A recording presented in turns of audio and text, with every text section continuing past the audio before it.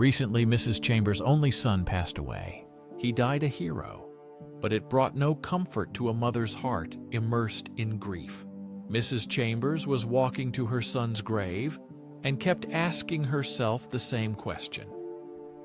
Why did she agree to bury Ryan here in the city?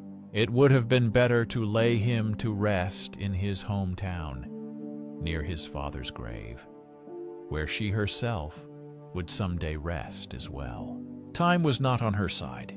When choosing a burial place, Mrs. Chambers agreed with the suggestion of her son's friend, Gabriel, to bury Ryan in the city cemetery.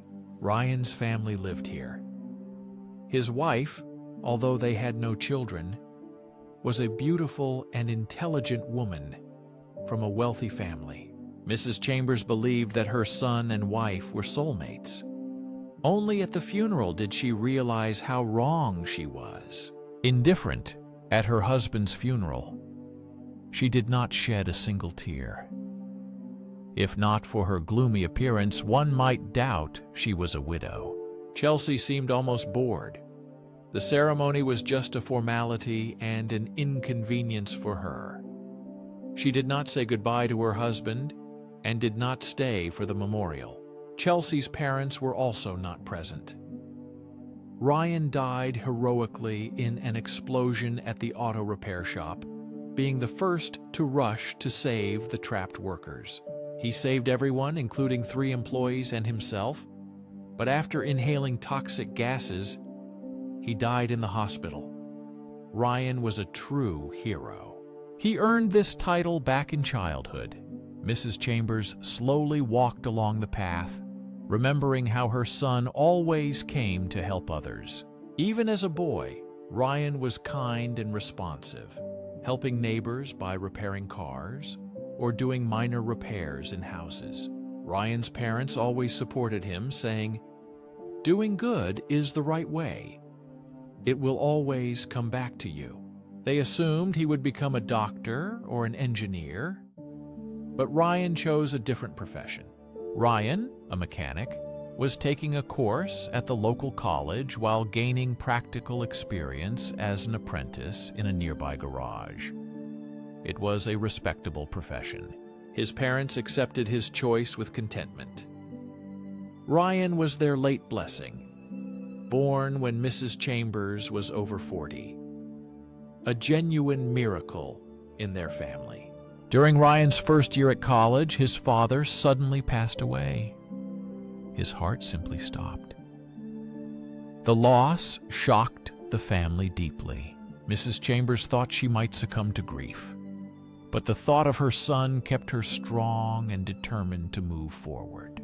In his second year, Ryan began working longer hours to ease his mother's burden, wanting to support her after his father's death. Mrs. Chambers scolded him, insisting his main focus should be his studies since she was responsible for providing for him. She worked as a teacher in Oakdale, a small rural town, earning a modest income but providing everything for her son. Despite her worries, Ryan ignored her concerns. He could not bear being a burden and pushed himself to balance work and study. From his college days onward, Ryan gradually moved into business, excelling in his studies and gaining practical experience. He managed to buy a house, a car, and renovate an apartment for his mother in the city. By that time, she had already retired. Then Ryan got married. Mrs. Chalmers initially doubted her daughter-in-law, a spoiled city girl, the daughter of a local banker. But she didn't have to live with her. Ryan's happiness was more important than anything else. Chelsea often changed expensive jewelry, indulged in elite clothing, and flew to luxurious resorts. They seemed like the perfect family couple. So when the tragedy happened, Mrs. Chalmers couldn't understand how quickly Ryan's wife and her parents forgot about him. Mrs. Chalmers approached her son's grave, tears streaming down her face. It seemed she had shed all her tears in 40 days, but upon reaching the grave, the pain pierced her heart again. With tears in her eyes, Mrs. Chalmers gathered her strength. She removed the withered flowers from the grave, wiped the photo on the cross, and placed new flowers in their place. With a bouquet of fresh roses in her hands, her legs gave way, and she sank onto her son's grave, sobbing. It seemed no force could lift her. No one could help her. But perhaps there is a limit to the body's strength, even for tears. Mrs. Chambers gradually composed herself and sighed. Rising, she silently looked at her son's photograph, then lifted her eyes to the sky. Yes, somewhere up there was her son. Suddenly, a sharp laugh sounded from behind, inappropriate for the cemetery's atmosphere. Mrs. Chambers flinched and turned around. Face to face, she saw Chelsea, her former daughter-in-law, standing nearby. "Hello, Chelsea," she greeted, ignoring the icy glare. "Do you remember that today is the 40th day since Ryan's death?" Mrs. Chambers said. "I'm here on other business," Chelsea smirked. The mother was confused and noticed that Chelsea was not alone. A man in an expensive suit stood nearby, quietly whispering something to her. A slight smile played on the lips of the man and Chelsea. This unpleasant scene unfolded at her husband's grave, 40 days later.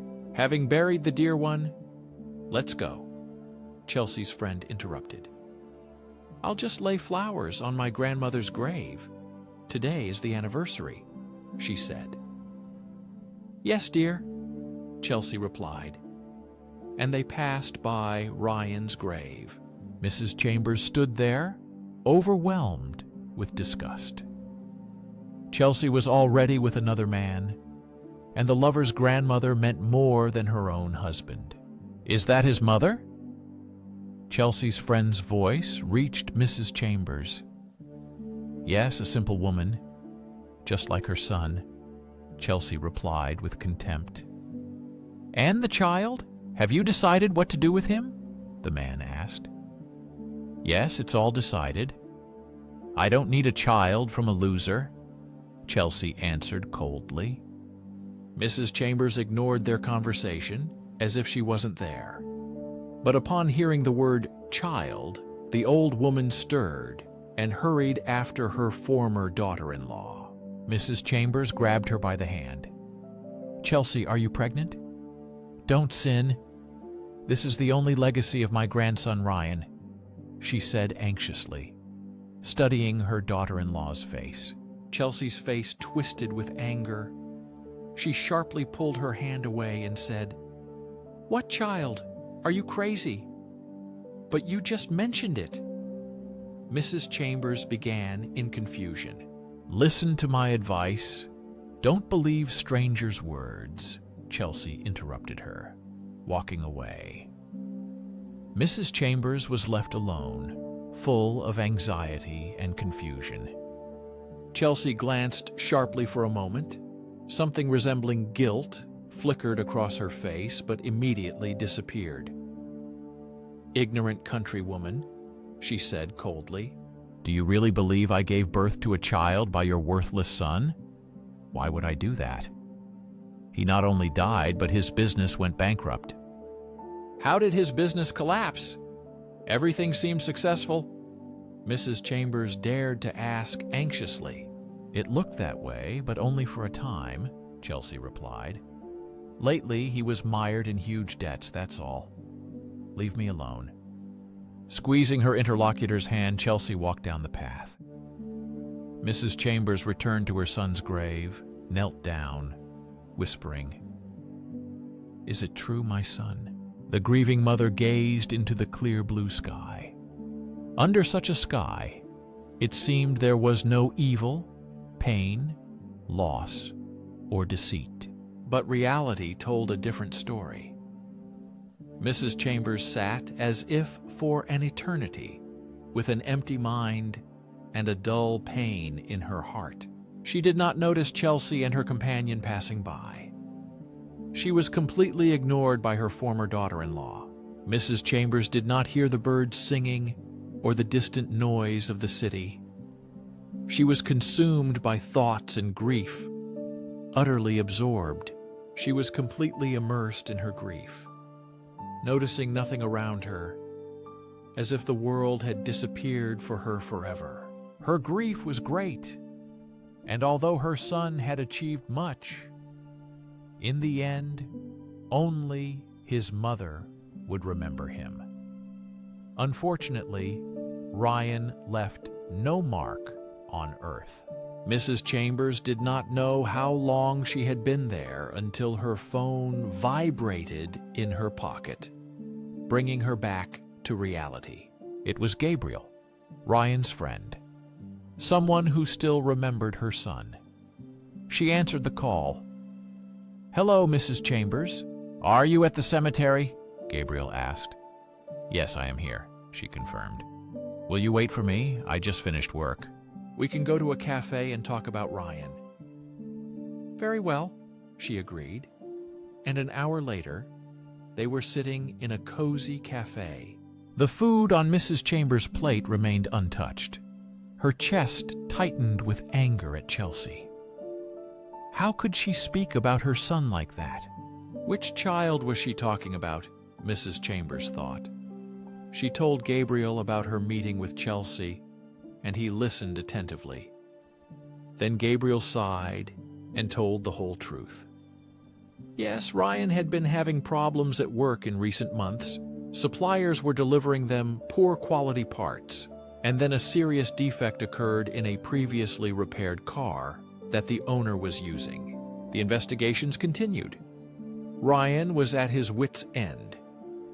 His stepfather could intervene but refused to. Perhaps because Chelsea and Ryan were on the verge of divorce. For 3 months, Chelsea had been cheating on her husband with a young, promising son of her father's friend. "My poor son," Mrs. Chambers lamented. She didn't dare to say more, her voice trembling with fear of burdening Gabriel. She remembered that Chelsea had mentioned a child, which made Gabriel reveal another secret. Ryan dreamed of having a child, but Chelsea was against it, fearing it would ruin her figure. On the verge of divorce, they found a compromise. If she refused to give birth, they would hire a surrogate mother. Ryan took on all the expenses, and soon they found a young woman willing to carry their child. At first, everything went well, but then problems started in the store. The finances began to run out. Chelsea started cheating on Ryan. He didn't care. He wanted to become a father, no matter what. "What happened to this woman?" Mrs. Chambers asked, turning pale, expecting to hear an answer. "Don't worry," Gabriel hurried to reassure her. "Tom, as far as I know, she should still be pregnant. Unless what? Unless, Chelsea demanded, she had an abortion at any time as stated in the contract. Honestly, I thought she already did. At first, I didn't interfere or tell you anything because I thought it only concerned Ryan and Chelsea." "What a nightmare," the woman sobbed. "Gabriel, help me find her. Maybe it's not too late. You owe Ryan at least that, don't you?" "I saw her sometimes when Ryan took her to the clinic. I only know that she is from an orphanage. Her name is Isabella, and she already has a daughter." Gabriel thought for a moment, then nodded in agreement. "I will find her. I promise." The next day, Gabriel contacted the Family Planning Center. For a generous fee, he was told that Chelsea had requested to terminate the pregnancy at 6 months. The center refused to fulfill her request, but promised to put the child up for adoption immediately after birth. However, the surrogate mother suddenly disappeared. She moved out of the rented apartment, and her phone stopped answering. Silence reigned around, and she was not at the home address. Chelsea canceled the contract. Finding Isabella seemed an impossible task, but Gabriel, tormented by guilt, managed to do it. He turned to old contacts in law enforcement and even hired a private detective. In the end, Mrs. Chambers obtained the elusive address. Isabella moved to the suburbs, settling with a childhood friend from the orphanage. She ran away from Chelsea because the latter's demands were unbearable. Fortunately, Chelsea did not try to find her. She decided that canceling the contract would free her from obligations and troubles with the unwanted child. So Mrs. Chambers found herself in front of a modest, well-kept house, hesitating to enter. Finally, she unlocked the gate and stepped into the yard. The first person she saw was a 5-year-old girl sitting by the flower bed, drawing something on the ground with a stick. "Hello, who are you? Who are you looking for?" the girl asked, curiosity shining in her eyes. "I suppose I'm looking for your mother," the elderly woman said, hesitating. In a moment, a tall, slender figure appeared. A figure appeared on the porch, showing no visible signs of pregnancy. Mrs. Chambers's heart sank. Had Isabella really gotten rid of the child after all? "Are you Isabella?" Mrs. Chambers asked, her voice trembling. "Yes," the woman said cautiously, stepping inside and setting down a heavy package. "Who are you and what do you want?" Isabella asked. "My name is Mrs. Chambers. I am Ryan's mother," Mrs. Chambers replied softly. "Why are you here?" Isabella asked. "I have already told you that I will not get rid of the child, and it is too late anyway." Her voice shook. "My dear, what are you saying? You are so smart. I'm glad you didn't listen to Chelsea," Mrs. Chambers said, her voice trembling, barely holding back tears. "I came to tell you that you can rely on me completely. I'll help you. And if you don't want to raise this child, I'll take him," Mrs. Chambers assured. "I won't give him to anyone," Isabella whispered quietly. "He's mine," she said, bursting into tears. Mrs. Chambers hugged her, trying to calm her down. Soon Mrs. Chambers found herself crying as well. "Oh, why are we crying here?" she suddenly realized. "Maybe we should go inside the house," she suggested. "Your friend looked unfriendly when she mentioned her acquaintance who owns this house." Isabella's face darkened, and she asked, "Can I trust you?" Mrs. Chambers completely convinced her. Then they decided to step back a little. Isabella left the bag by the gate and waddled like a duck to the bench across the road. The little girl obediently followed her, and Mrs. Chambers joined them. They settled on the bench as Isabella's friend looked out from the house. She gave them an unfriendly look, took the grocery bag, and quickly went back inside. "Why are you carrying such heavy loads?" Mrs. Chambers remarked. "You're going to give birth soon," she added anxiously. Isabella replied that she had no choice. They grew up together in the orphanage, and only she agreed to take her in. Isabella explained that she had to help her friend with all the chores. After the orphanage, she studied to be a cook and worked in a small bakery. Then she fell in love with a guy, but he left after finding out about her pregnancy. Isabella gave birth to a daughter and lived in a dormitory provided by the government. The place was terrible, with mold in the corners. Despite the difficulties, she tried to cope and take care of the baby. In the apartment with a leaking ceiling, Isabella's daughter often got sick. Doctors insisted on moving, but Isabella couldn't afford it. One day, Isabella saw an advertisement for surrogacy and decided that this was her chance to escape poverty. The pregnancy occurred, and Ryan rented an apartment for her and her daughter Lily. Finally, Isabella could live a normal life. At first, Isabella didn't think it would be so difficult. But over time, she realized she was trapped. She became more and more attached to the child she was carrying and confessed this to Ryan, who was involved in her life. Ryan promised not to separate her from the child, hinted at a relationship, and spoke about divorcing his wife. Then Ryan died, and Chelsea revealed her true colors, exposing her intentions.